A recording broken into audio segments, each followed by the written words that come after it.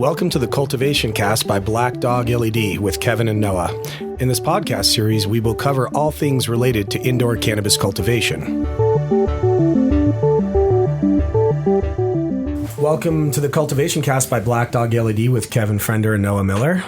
We're back here for another Cultivation Cast, and we always try and touch on different things that people have either asked for or things that we think are important to cover. And obviously we're lighting, but one of the more important things in your garden is your nutrient line, how you're feeding your plants. You got to fuel your plants. Yes, our lights will work, but you still got to feed them. So nutrients are a big topic to cover all the time, and we're gonna touch on them today. We are by no means experts. We're lighting experts. We're not nutrient experts, but we have a lot of years in the garden. Kevin's been gardening under artificial lighting and using nutrients for more years than we want to count at this point. So we have some strong opinions, some not so strong opinions, and some concepts and ideas that might hopefully help you as you go forward in your growing skills and try to figure out what you're going to use and how you're going to use it and how you're going to apply it in your garden. So let's start with the most basic question: is what are nutrients and why do we use them in our gardens? And I think Kevin's the most skilled and most knowledgeable to answer these questions. So we're going to lean on him heavily during this one. And I think we'll start out with him to explain to us, why do we even need to add nutrients? I mean, we've got soil. Our plants are often in our, soil outside, and they don't get fed with nutrients. They get water, and that's that. So Kevin can explain to us why we really do need nutrients in our cannabis indoor gardens. Yeah, so nutrients are one of the three things that plants need to actually grow successfully. So plants need carbon dioxide. It's basically the air they breathe. They need light to get energy, and then they need nutrients, which is the equivalent of half of the food that they need, the other half being light to provide them with energy. So nutrients are a mix of a whole bunch of different elements that plants need, things like nitrogen, potassium, phosphorus, and a whole host of what are called minor nutrients that plants need to build their cell walls with and actually grow. It's very important to realize and understand that in nature, in the soils of the world, you find a whole bunch of different ratios of these nutrients in the soils. And some soils are known to be very rich, very good for growing plants because they have high levels of these nutrients. A lot of times, fresh volcanic soils will have all of the nutrients in them that are necessary. You can just plant a plant in them, and with rainwater, they get everything they need with sunlight and rainwater. But when you're growing indoors in a pot, it's a little bit different, even growing outdoors in a pot. When you're restricting the plant's roots to a fixed volume that they can explore, they can't just simply spread their roots out more to find more nutrients. Not only that, but oftentimes it is, for reasons that we'll discuss in a little bit, it is actually easier to use a soil that actually has no nutrient value in it whatsoever and then provide the nutrients that the plants need on top of that. And the reason why that can be useful is because you can control exactly what the plants get. Whereas if you're just planting them in some random bunch of soil that you dug up from someplace, you don't really know what's in that soil in terms of the nutrient content, and you don't really know what you're going to get.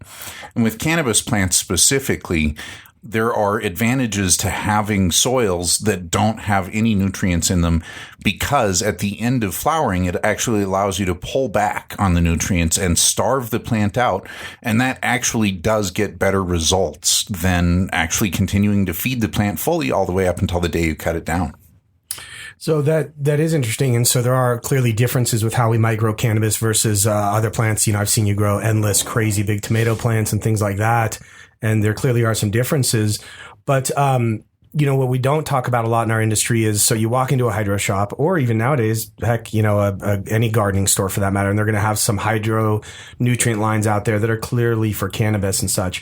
So what a lot of people don't understand is whether you can transfer that knowledge, or you could take, let's say, a nutrient that's designed and developed for vegetables or regular fruits and apply it to a cannabis plant. So can you really jump across different lines of plants using these nutrient lines? So can I take advanced nutrients and grow cucumbers with it? Or, can I take success nutrients and grow tomatoes with it?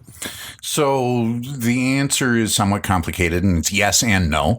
And the reason is all plants need the same nutrients. Every plant on the planet needs nitrogen, phosphorus, and potassium as its major nutrients. That's where it needs the most concentration. But then it needs things like iron and other elements at lesser quantities. All plants need the same actual nutrients, but the ratio they need them is very different. For example, there are plants that evolved in Australia that are so good at scrounging up phosphorus from the soil that if you give them any phosphorus as fertilizer, it will actually over-nutrient them and it'll actually damage the plant and kill them. Now, luckily, cannabis is actually a very hungry plant. It is not very good at picking out any one particular nutrient from the soil. And so it's pretty easy to fertilize cannabis heavily and get it to perform well. Whereas with some other kinds of plants, you're actually going to hurt the plant if you give them too much fertilizer. Carnivorous plants are one of my common examples I use. They've evolved it to live in places that have such low nutrient value. They actually capture insects and animals and digest those to get their nutrients. So if you actually give them fertilizer, which they're not used to, they're used to living in an environment that has such low nutrient levels. When you give them nutrients, it actually kills the plant. So there are plants out there that are very different. And then another way that cannabis is very different than a lot of other plants is that it is an annual. After flowering, cannabis naturally dies in the wild. So its whole life cycle is based around growing up, flowering once, setting seed, and then it dies. So it has slightly different, not necessarily needs, but you can treat it differently because of that life cycle than you can a tree, for example. So if you go into your local hydroponic shop and you see a line of fertilizer that usually these days, because of the state of the industry, it still won't be labeled as a cannabis fertilizer, but they might have a feeding schedule on the back that says, okay, for vegetative growth, you do this, for flowering growth, you do that. And then at the end of flower, they cut off all nutrients and just flush with plain water. And that works great for cannabis. If you try and do that to a cucumber plant, you're going to kill it after its first set of cucumbers, and then you're not going to get any more. If you try and do that to an oak tree, you're going to kill it before it gets to its second year. So cannabis is different in its life cycle. And because of that, we can actually give it different nutrients in different ratios at different times. So lines that are designed explicitly for cannabis will generally have a different nutrient feeding schedule than lines that are designed for other plants that have different types of life cycles. So that's a great point. Is so one of the things that makes it easier to apply these nutrients, because most of us aren't botanists or plant scientists or experts in what nutrients different plants need, is a feeding schedule. There's other things that make it easier, such as the number of nutrients. Some lines are 1 or 2 part versus a 9 or 10 part complex line. So how would you recommend, whether you're a beginner grower, intermediate, or advanced, it might be different, but let's say it's a first time grower, they haven't worked with a nutrient line, they're kind of getting started. How would you recommend they select their nutrient line, or what should they be looking for, a feeding chart and other things in a nutrient line for cannabis?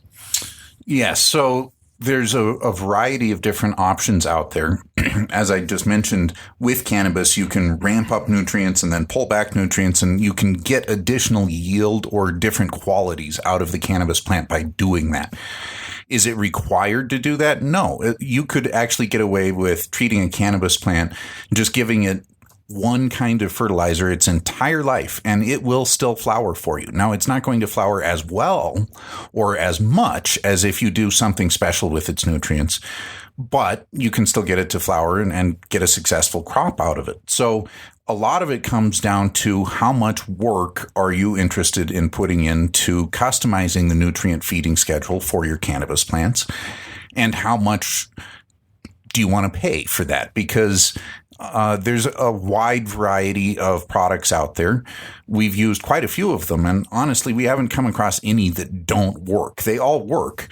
they all work differently. We've noticed things that might seem a little better. Maybe the flowers are a little higher quality with one nutrient line than the other.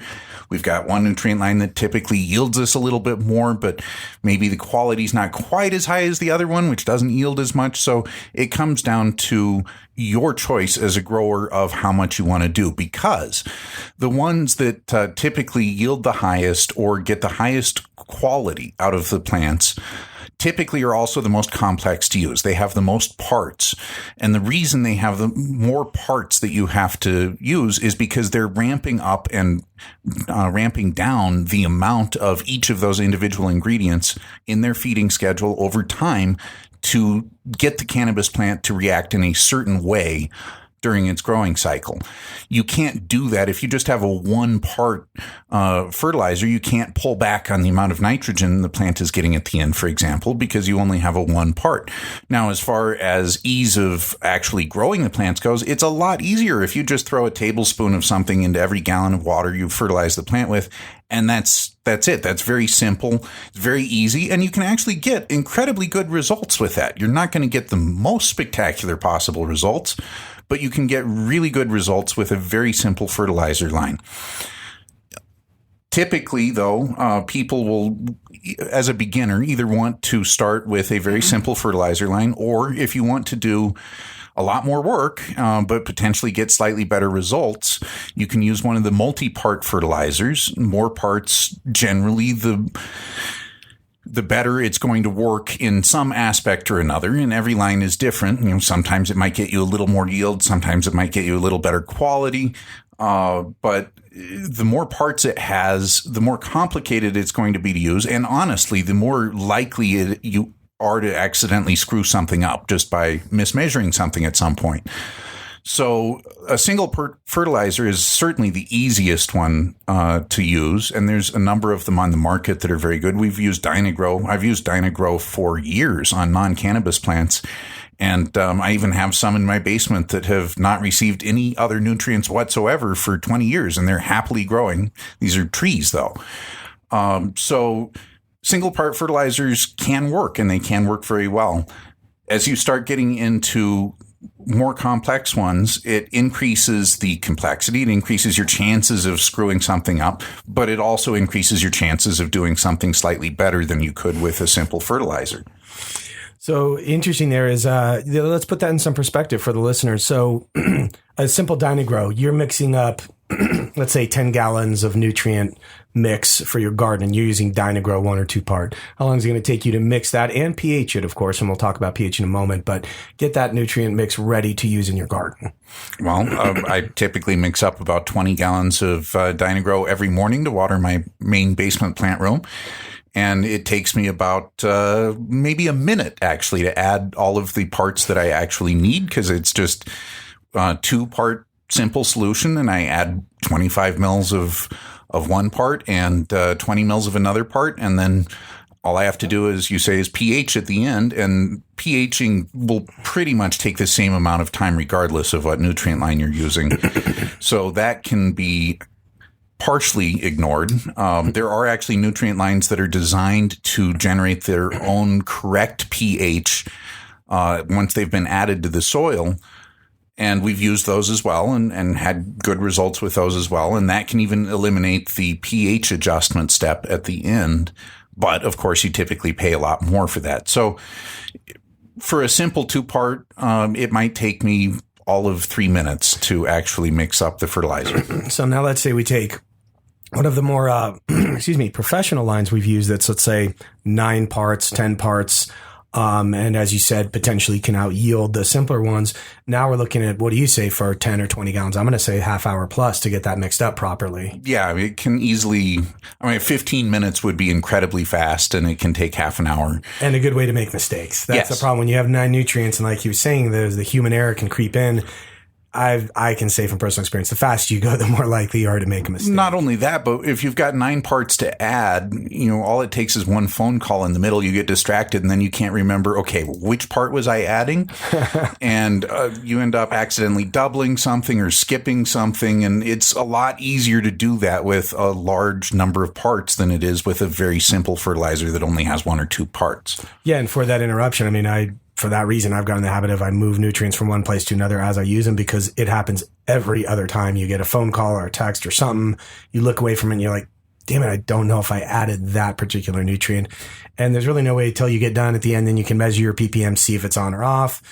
And then you might be throwing away a whole bunch of money in nutrients if indeed you made a mistake and missed or doubled up on something. So that is important when you're looking at a nutrient line, like Kevin said, what documentation there is, what kind of information there is, and especially how easy. What are you trying to do? Do you want something more complex? Or are you starting out early? Maybe start with a more simple line. But so now we've covered kind of maybe how you can look at nutrient lines and assess them a little bit. But let's look at really what are the different major types of nutrients if we want to break it down. And in this case, we're not going to go real deep. We're just going to talk about liquids, dries, and then another one a lot of people don't talk about, which is super soil, where you're adding those nutrients in a solid form to the soil early and then letting them kind of leach out and feed as you go, as you water with water. And some guys will even mix super soil and nutrients. So let's let Kevin talk a little bit about the advantages and disadvantages, because like everything else, to each of those different ways of growing, there are advantages and disadvantages. Yeah. So one of the things that complicates fertilizer as far as plants are concerned is that just because you throw in iron into a nutrient mix doesn't mean it's in a form that the plant can actually take up. If you throw an iron nail into your gallon of water, yes, you're adding iron to your gallon of water, but the plant is not going to be able to get any of that. Similarly, if you just add rust, it's just iron oxide. It's not in a form that the plants can actually use. So there are chemical compounds that have to be made with a lot of these elements to get them in a form that can be taken up by the plants.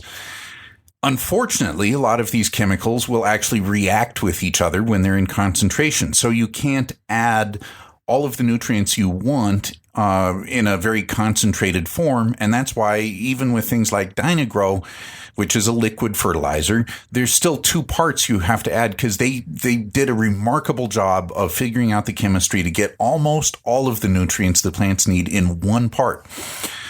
So that's one simple part you add, but they still can't add the second part, the silicon, because it reacts chemically with the other chemicals they have to put in the first major fertilizer part. So they can't do that in concentration. When you dilute it in water enough, then it doesn't react quickly enough and you can actually feed it to the plants and the plants can make use of it.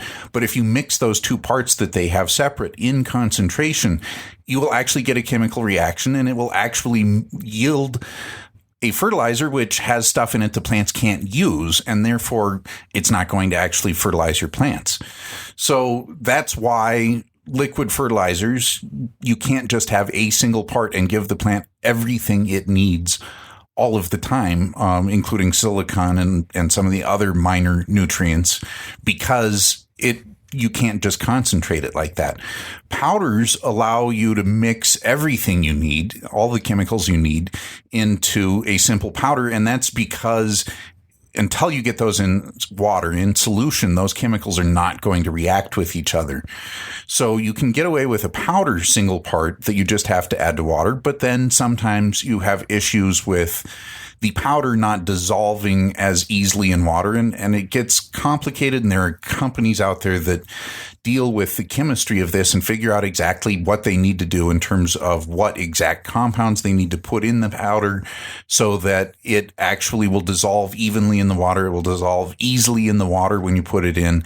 And if your water happens to have various compounds in it, if it's coming out of a well, for example, it tends to have a lot of calcium dissolved in it, depending on the area of the country you're in.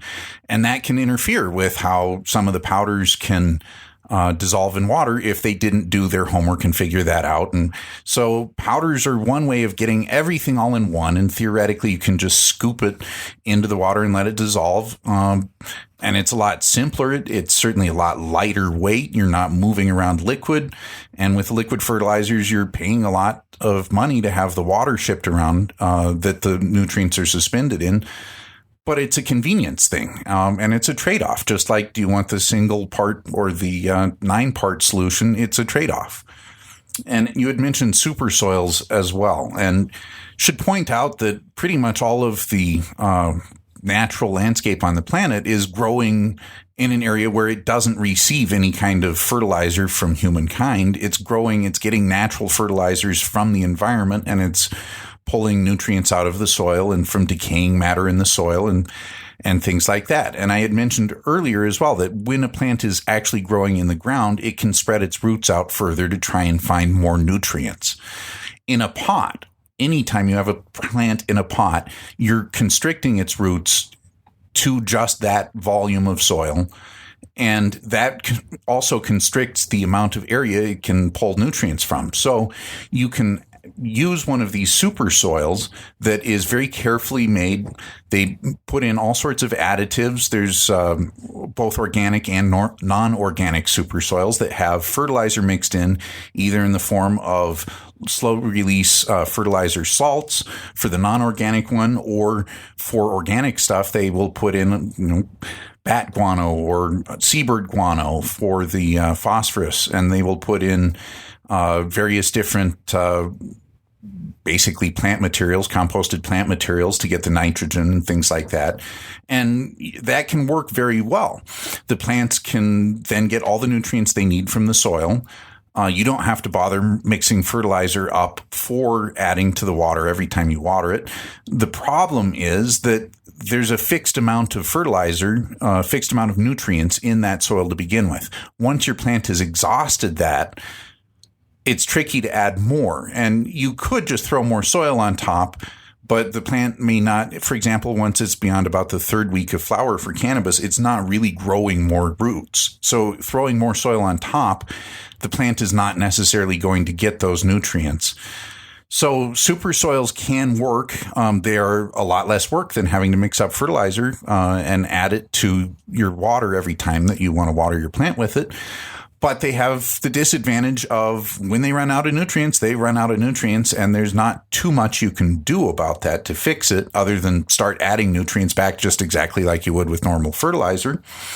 Or you put the plant in a really big pot, so you give it a ton of this super soil, and then that can work, but it also makes watering a lot trickier because you're dealing with a very large volume of soil that's not going to dry out as quickly, and you're more susceptible to root rot. And then the other thing is you can't take away nutrients in the soil. So, for example, if you put a plant in a particular super soil and it starts showing signs of having too much nutrients, there's not much you can do about that. You have to literally take the plant out of the pot, shake all of the super soil off its roots, transplant it into something else. That's a pretty traumatic operation for the plant. So you can't essentially flush at the end of harvest when you're getting ready to harvest either. You can't take away the nutrients and make the plant realize, ooh, I'm about to die, and put out that last flush of flowers. So super soils are very good. Typically don't recommend them for all of the reasons that I mentioned previously, at least when you're growing plants explicitly in pots. When I put stuff outside in the ground, I just add one heap of compost every year to my yard, till it in, and that's all the fertilization I do for my yard the entire year. And it works great because the plants are in the ground. They can always spread their roots out more to find more nutrients. So we've covered quite a bit already in terms of, how to select nutrients, what to look for, maybe why we use them in our gardens and that. And we're going to go into a little more detail about how to apply them. How do you mix them? How do you pH that? But before we dive into that, we're going to touch on one of our favorite topics, and that's the new grower or the mad scientist grower. So one thing, as we've been trying to impress upon you here, is that there's a lot of different nutrients. There's a lot of different lines. There's a lot of complexity. Even if it's two parts, there's still a lot of things in those two parts.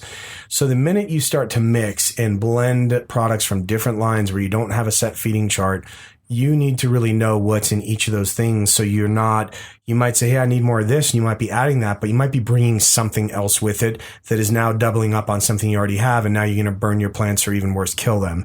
So we really want to impress that you do not want to be the mad scientist. You don't want to start mixing things unless you have guidance from somebody that's already doing it, or you really think you know what you're doing, or you want to take the shot of losing your plants. You might hit the greatest thing ever, but we generally recommend you stay away from that, especially early on. What we tell earlier on growers is, look, find a food that resonates with you, a nutrient that resonates with you, whether it's an organic line, a dry line, a liquid line, whatever. Even if they're just their packaging looks good to you, don't care. Get a good line with a mixing, a feeding schedule, and follow it. Do that for a couple grows, and then you can go be a mad scientist and try things. Then you'll at least know you can have some success. And if things go south on you, you know it's not your environment or something. You know it's because you did some crazy things with nutrients. But we generally stay away from that until you really feel comfortable and you know what you're doing. We deal with customer phone calls all the time, people asking growing advice, and one of the more common reasons why people have problems with their grow is because they are trying to mix different things from different nutrient lines. And, just because their friend has really good luck with this one additive from company A does not mean that you can just add it to your nutrient line from company B.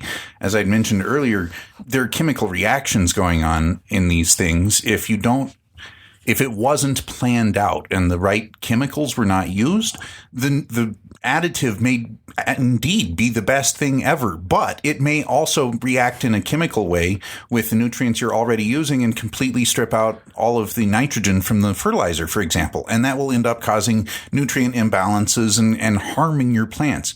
People don't realize you can't just randomly go around adding nutrients to stuff. There are consequences to doing that. Sometimes. And the problem is, unless you're actually a chemist, you don't know what those consequences are going to be. And the names, keep in mind, just because something's called silica in one line and one another, it doesn't mean they have the exact same things in them. One company might add something else they feel should go with their silica, whereas the other company put it in one of the nutrients you're keeping. So if you drop your kind of quote unquote silica product from one line and add it from another line, you still might be doubling up where you don't want to. So don't even just plan on the names. You really need to be looking at the labels and all the information of what's actually in there. So with that disclaimer about what maybe not to do with your nutrient lines, let's get into the actual feeding. So, earlier we touched on pH. Kevin had talked about some of the nutrients even allow for not having to pH it. They're buffered and they can do that. You might pay more, but there's a lot of convenience there. We do include with our kits a pH meter because most of the nutrients we use, we do believe you should be pHing, whether it's veg, flower, or flushing regimen. You should be doing that. We definitely believe in that. So let's talk real quickly about what is pH and why you do it, and then maybe how to quickly, effectively pH your nutrient mix as you're mixing your nutrients. Yeah, so I had mentioned earlier that the elements that plants need are not always available in forms that the plant can actually take up, which is why they have to be mixed in as specific chemicals. So, for example, if you want to get silicon into a plant, one of the more common ways of doing that is using a compound, potassium silicate, which adds potassium, which plants also need, and silicon, which the plants also need. And so it brings both. Now, if your fertilizer line wasn't set up in such a way that it was planning on having that additional potassium coming in with the silicon, then it can create problems, as Noah just alluded to. But a lot of these nutrients are only available to the plant in a certain range of pH. And unfortunately for plants and for the ease of creating fertilizer lines, different nutrients have different availabilities to the plant at different pH ranges. So, for example, some nutrients are most easily taken up by plants when the pH of the soil is, 5.5. Other nutrients are best taken up by plants when the pH of the soil is 7. And depending on what form the nutrients are in, for example, chelated metals can be taken up by plants under a wider range of pH than some other metal compounds that have exactly the same metals, but have just a slightly different formulation in terms of what they're bound to. So pH actually makes a big difference there. And people ask all the time, what pH should I be using for our fertilizer? And the answer is you should follow the instructions that come with your nutrient line, because the nutrient line, if they did their job, and most of them do, if they did their job, they very carefully crafted the entire line of nutrients so everything works together. They don't get unintended chemical reactions, and they will also figure out what pH is ideal to maximize the uptake of all of the compounds they have in their fertilizer line for plants. So they should be telling you what pH you should be adjusting your fertilizer mix to before watering the plants with it. There is no one rule of 6.3 is the perfect pH. Now, 6.3 is generally a good ideal pH for mixing up fertilizer and feeding it to your plants. To some extent, it depends also on the plant. Some plants want a higher pH or lower pH. They're just naturally adapted to that. But cannabis plants are not. They want typically a more acidic pH. So 6.2, 6.3 is generally a good rule of thumb, but don't just take that as what you should do. Read the back of your nutrient box or your nutrient bottle and follow their instructions.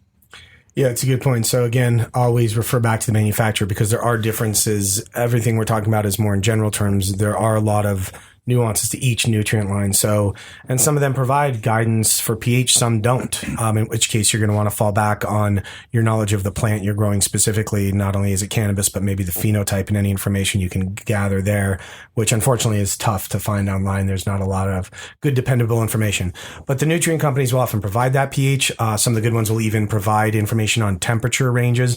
So again, refer back to that, like Kevin said, to get your proper information for what you're doing with your line. But so pH is important. And that's something that a lot of people think maybe is kind of voodoo or magic, and it's not. It's just having the right equipment and the right things to adjust your pH once you've assessed where your pH level is. But let's go back and talk now about the pH is done at the end of the feeding. How do you mix nutes? Now, there's, again, a lot of people just look at this. They see bottles of nutrients. They're used to maybe cooking. Maybe they've never mixed anything. Maybe they don't remember chemistry class in high school or in grade school where they had beakers and had to mix things. But let's talk real quickly about how to properly mix nutrients, a little bit about safety, and just a little bit about best practices. Yeah. So again, the answer is follow the instructions on the back of your nutrient line. And this, again, is where you shouldn't be adding in things from other nutrient lines unless you're really sure of what you're doing or you're willing to experiment and potentially lose all your plants. But because they contain different chemical compounds, there's often an order that you need to dilute them in the water that you're mixing up as fertilizer. And if you add them in the wrong order, it can actually result in something having a chemical reaction, which may not necessarily be even noticeable to you, but might, for example, take all the nitrogen out of your fertilizer and make it unavailable for the plant. So that's where you should follow the instructions. Generally, the fertilizer lines will tell you, add part A, then add part B, then add part C. And they even will label, A, B, and C parts to tell you what to add in what order, because it actually does make a difference. Then only at the very end, when that is very well stirred up. And by the way, you should stir up everything very thoroughly before you add the next part, because these things in concentration, if you're just dumping it into a bucket of water, that typically is more dense than water. So it automatically sinks to the bottom. It starts mixing up in the water, but it sinks. If you just pour the next part in without mixing it up, it sinks to the bottom too. And now you're starting to mix those things in concentration, and it can actually cause a chemical reaction to happen where if you had mixed after adding part A, mixed that thoroughly into the water, it wouldn't cause a problem adding part B. So every time you add nutrients, you should be mixing up all of the volume of water very thoroughly before you add the next part.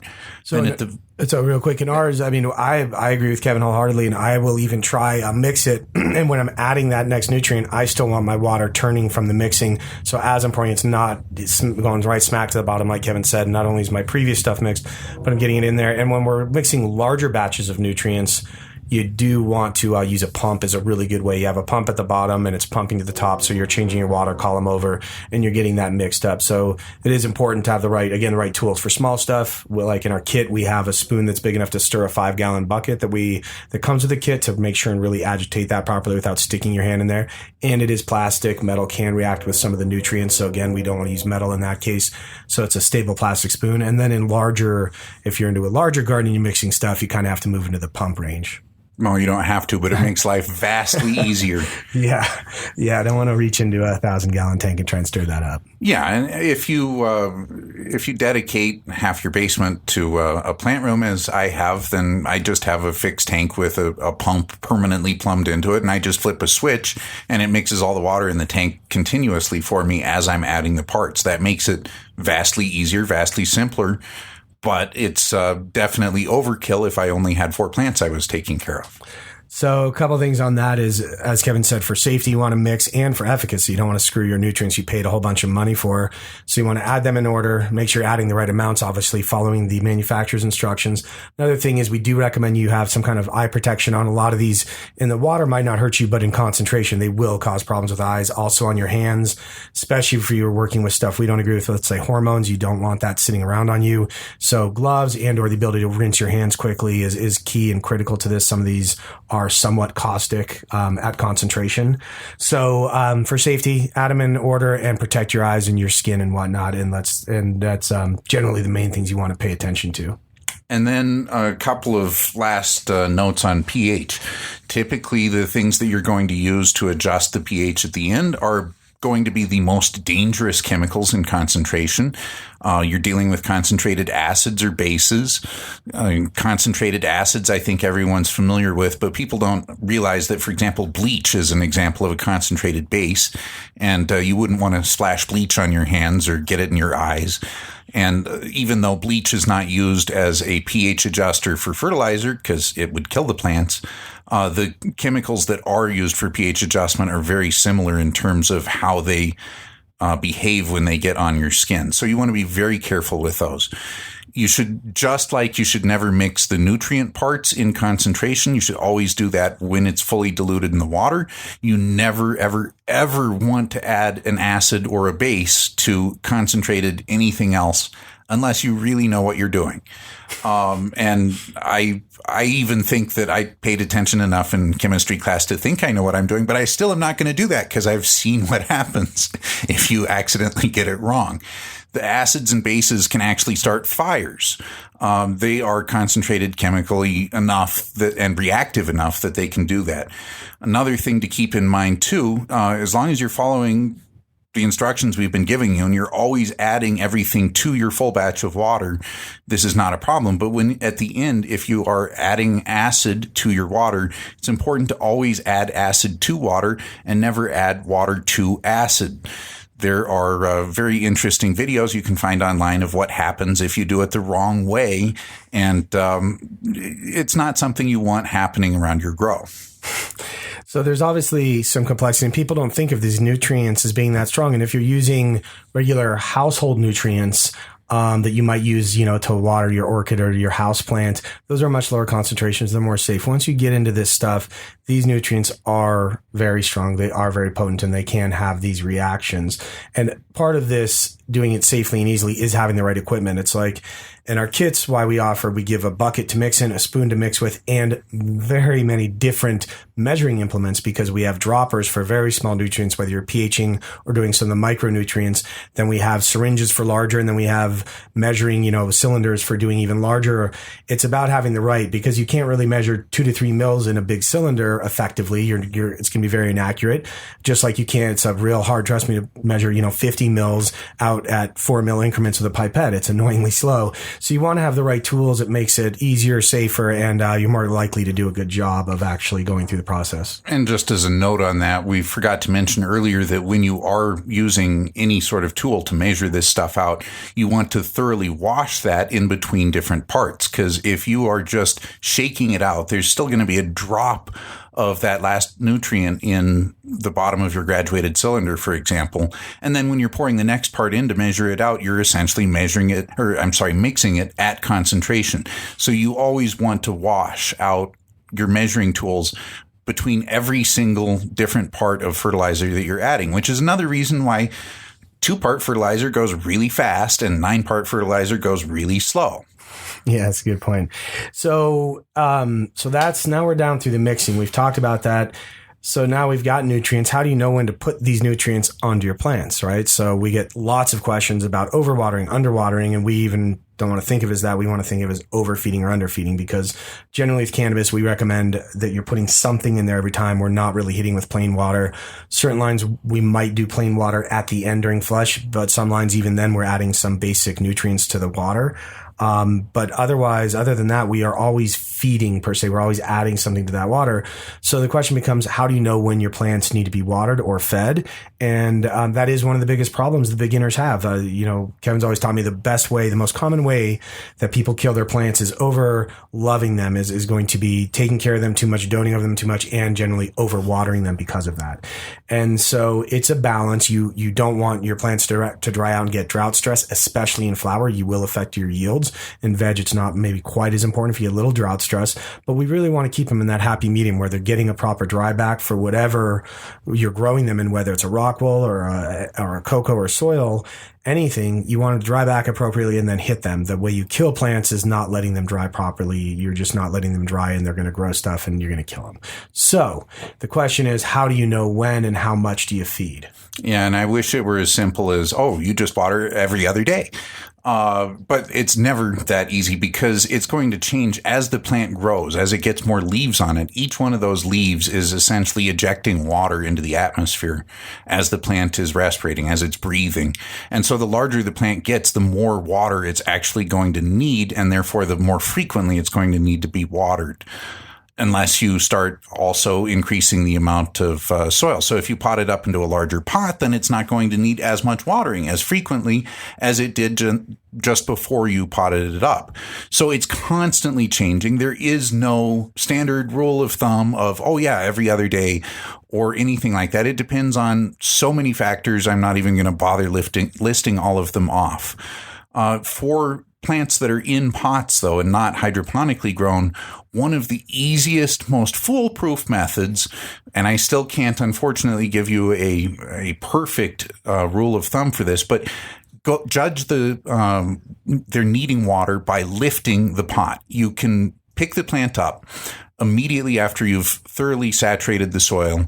You can get an idea of how heavy the plant and the pot and the soil and all the water is when that pot is completely saturated. Now, if you also picked up the pot and the plant just before you completely saturated the soil, when you just transplanted in and you've got dry soil, then you know how light it's going to be when it has not been watered. So you can get an idea of how heavy it is when it really needs water and how much heavy it is when it's completely saturated. And that way, next time you go and pick up the pot, you can tell where it is in between those two extremes. Now, again, that's going to change as you pot the plant up into a larger pot. It's going to change as the plant itself gets larger and grows bigger stems and adds more leaves. It's going to get heavier, but as long as you're actually kind of picking the plant up every day, one, it's a good exercise program for you.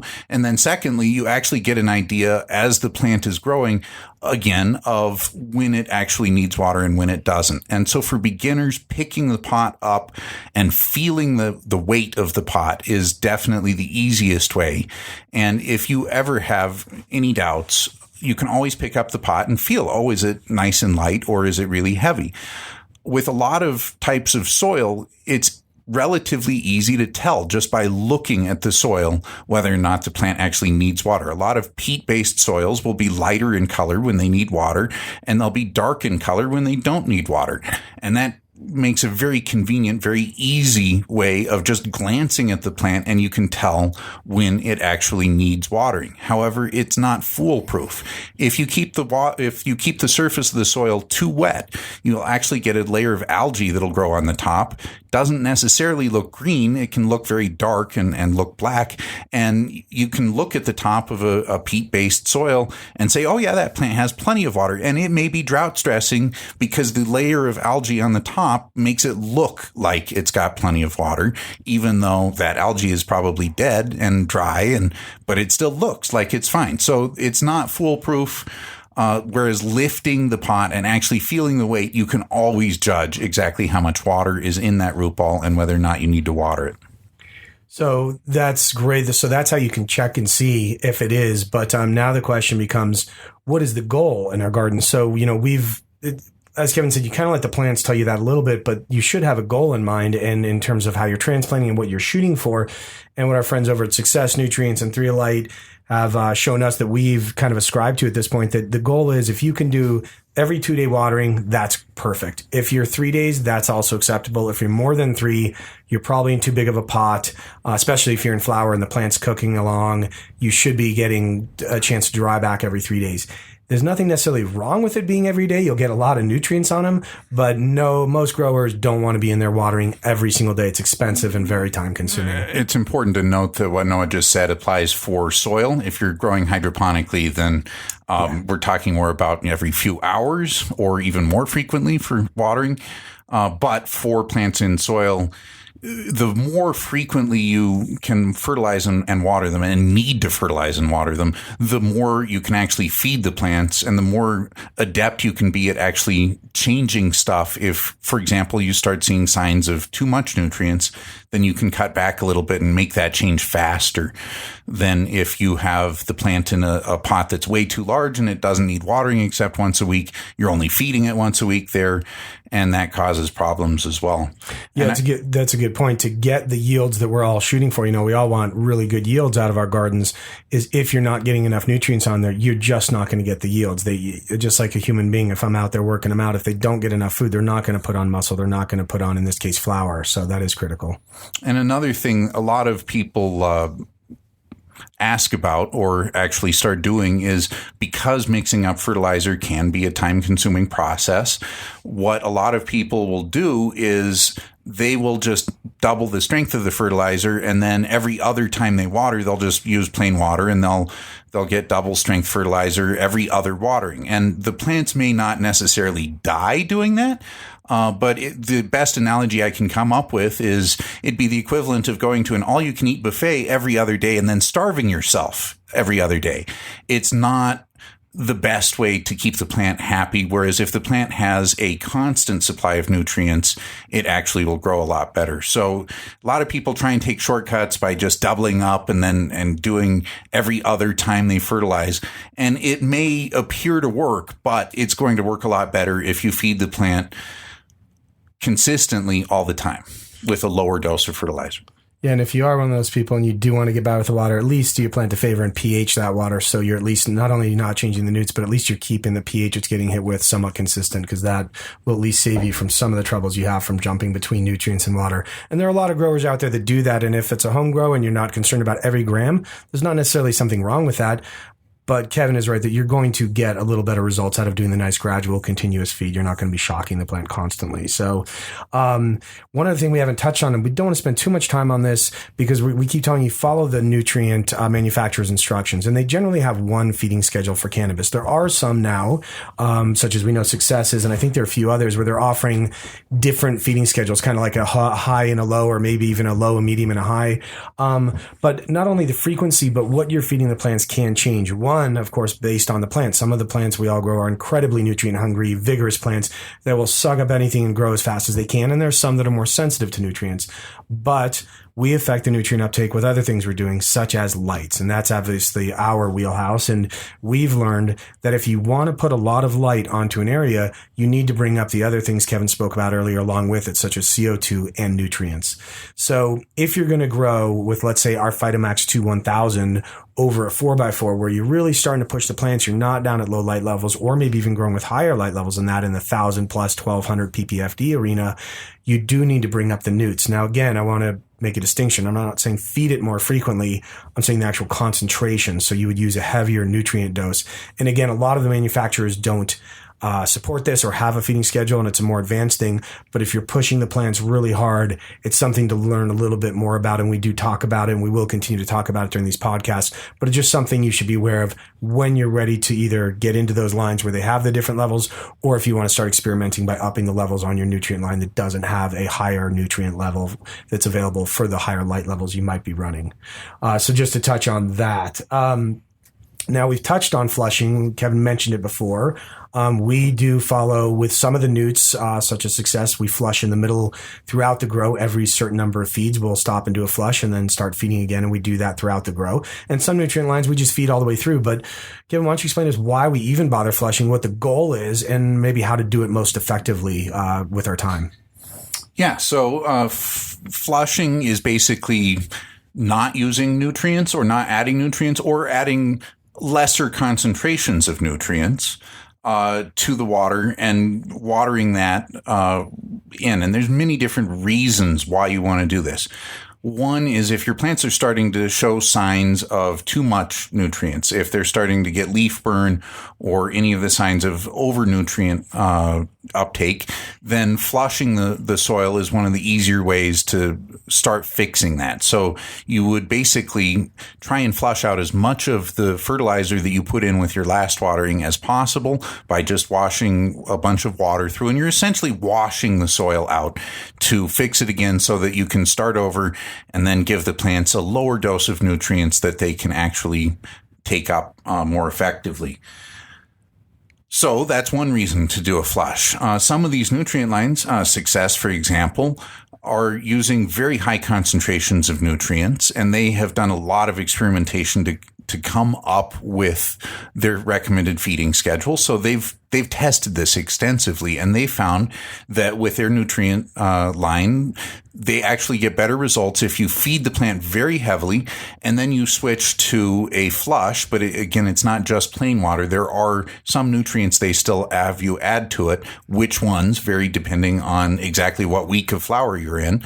But you're essentially helping to remove some of the excess nutrients left over from the previous week's feeding from the soil. It also helps them to more effectively ensure that they are going to be able to change the nutrient ratio that the plant is getting when they start changing the nutrient schedule around on the plant, because they have very specific feeding schedules for every week, actually even every 5 days, I believe, in their feeding schedule. And they want the plant to actually feel that change. If there happen to be some excess nutrients left over from the previous feeding that they're trying to cut out now to try and get the plant to do something different, that plant isn't going to make the change unless you can flush it out in between. So some nutrient lines recommend flushing in their schedule like that. And if they recommend flushing, then you should probably follow their instructions. Again, follow the instructions of the fertilizer line, because if you start mixing and matching things, or you follow most of the instructions but not all of them,